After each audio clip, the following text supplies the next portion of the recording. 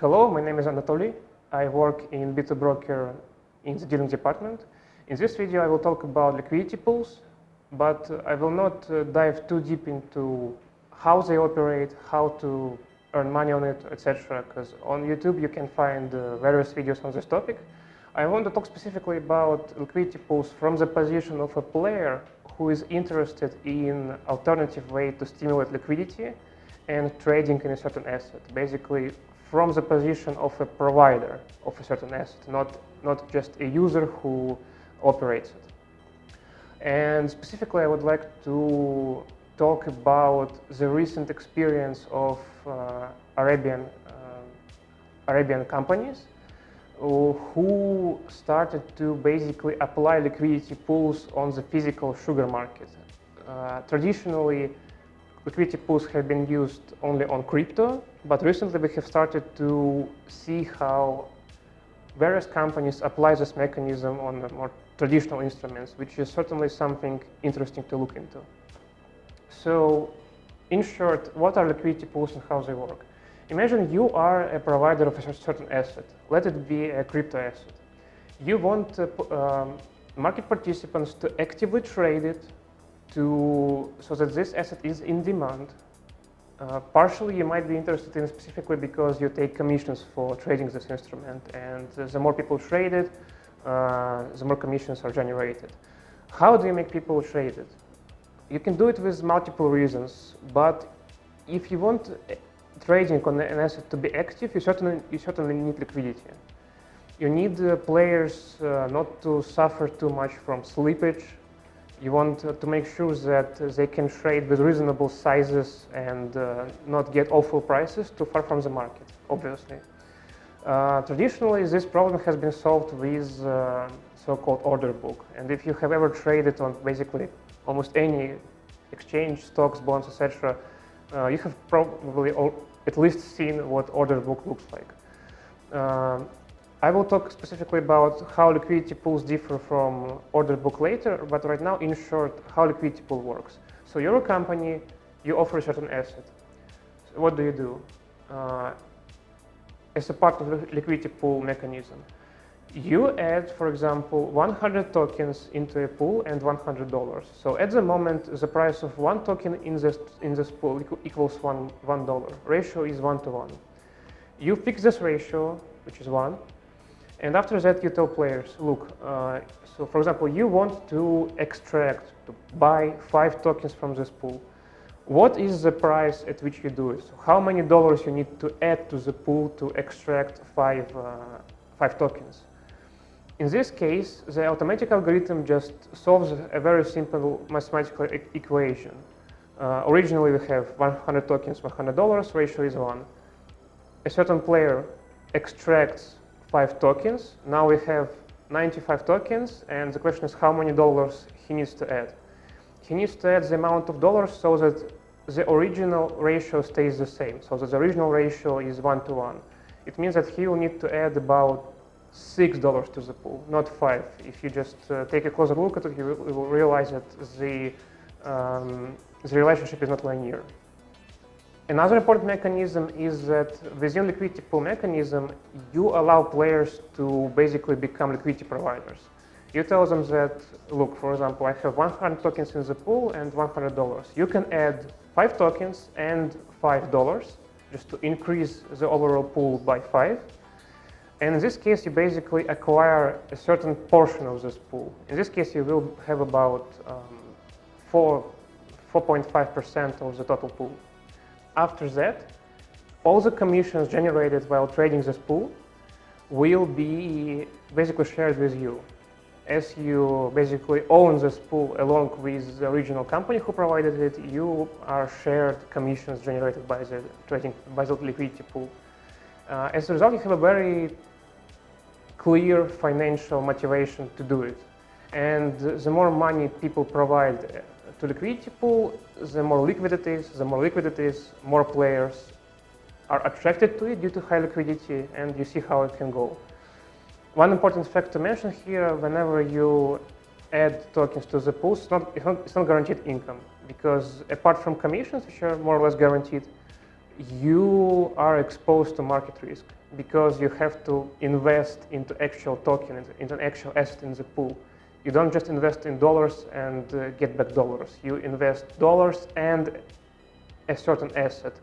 Because you invest a certain asset, apart from dollars, you are exposed to market volatility of this asset. It's so-called impairment loss. So what is the key difference between liquidity pool and order book? Order book is basically a mechanism when you have many levels of prices, and at each level of price there could be a buyer or a seller. So basically a person who places an order to buy or sell a certain asset at a certain price. So, and one of the, and probably the key difference between order book and liquidity pool is that in order book, a transaction is made only when a buyer meets a seller at a certain level. In liquidity pool, which is a part of the so-called automated market making mechanism, you don't interact with another person. You actually interact with the pool itself. Basically, you add tokens, assets to the pool or extract them, and when you do it, it's just an algorithm which gives you the price. Another important fact is that, and this actually explains the original idea behind liquidity pools, why they appeared in the first place. Order book is probably a better mechanism to stimulate liquidity, but only if you have enough players already willing to start trading it. Because the problem with order book is that you have to support market depth, you have to support multiple levels of prices, so that there are buyers and sellers at each one of them at all points in time. It's not just a pool where people add and extract tokens, it's an actual order book. And in order to support this order book, you usually have to attract specific players. You have to attract specific companies which will operate as strictest liquidity providers, who will fill this order book, and you will have to in some way motivate them, whether it is free commissions or rebates for trading. So on an already liquid market, I would say there is no reason to use liquidity pools. But the best thing about liquidity pools is that it allows you to stimulate trading on a market which is at the point doesn't have a good recognition and doesn't have a good liquidity. Especially if you don't want to attract big players to make this trading on your asset work. You basically provide a liquidity pool, offer a very wide range of people to support it, to increase it, and you have a very clear financial motivation for them to do it.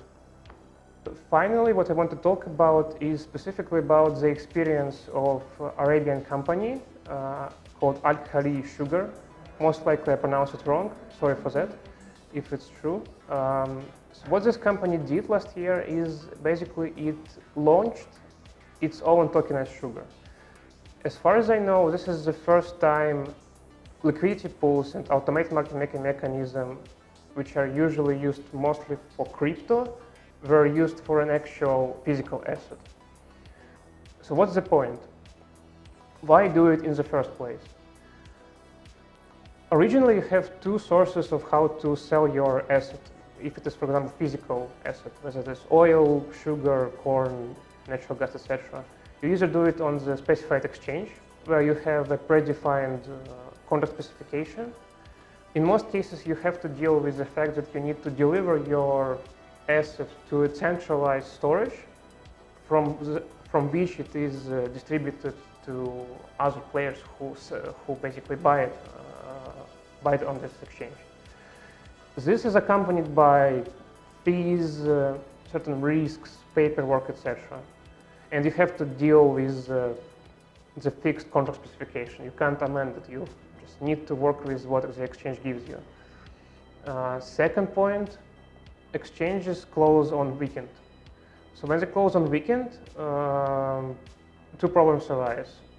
The obvious one is that you just can't simply trade on weekend, and the second one is that even if you don't want to trade on weekend, you are exposed to market risk to basically 2 days of real time when something can happen on the market, and Monday morning you might just see the price completely away from where you bought or sold on Friday. The tokenized sugar basically works in a way that, first of all, it operates around the clock, including weekends, just like crypto. However, it is a physical asset. It allows to buy sugar, physical sugar, from AlKhari, in the sense that it's not just a cash-settled product. It's not just some derivative on sugar where you can fix a price, use it for hedging, etc. When you buy their tokenized sugar, you are actually liable to receive physical sugar if you want it. It is largely made possible by the fact that liquidity pools and the tokenized sugar uses blockchain and smart contracts.